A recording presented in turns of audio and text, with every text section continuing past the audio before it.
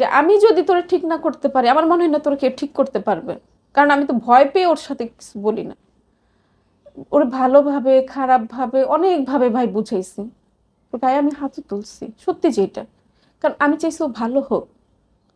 আমি ওরে ভালোই বাসি, আমার জীবনে তো ও ছাড়া আর কোনো পুরুষ নাই।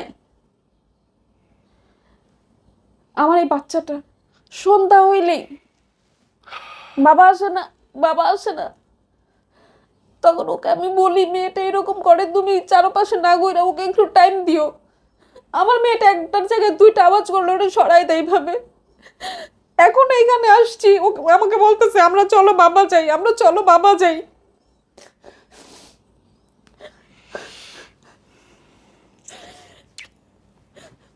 আমি আল্লাহকে বলি, আল্লাহ আর কিছু যেমন তেমন আমার চোখের পানির হিসাবটা তুমি নিও।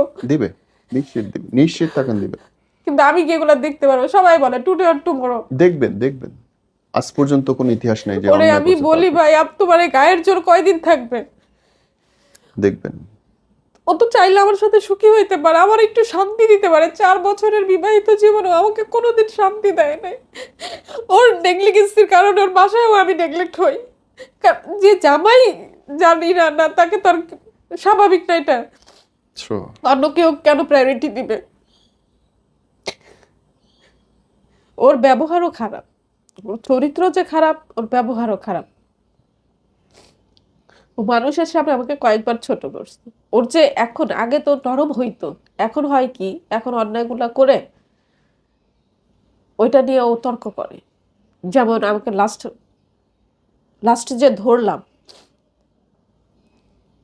তখন আমি বলতেছিলাম যে আমি তোমার কাছে হেরে গেছি। আমি বলছিলাম যে ওই বউ চলে গেছে, আমি যাব না, আমি থাকবো, আমি তোরে সোজা করে ছাড়বো।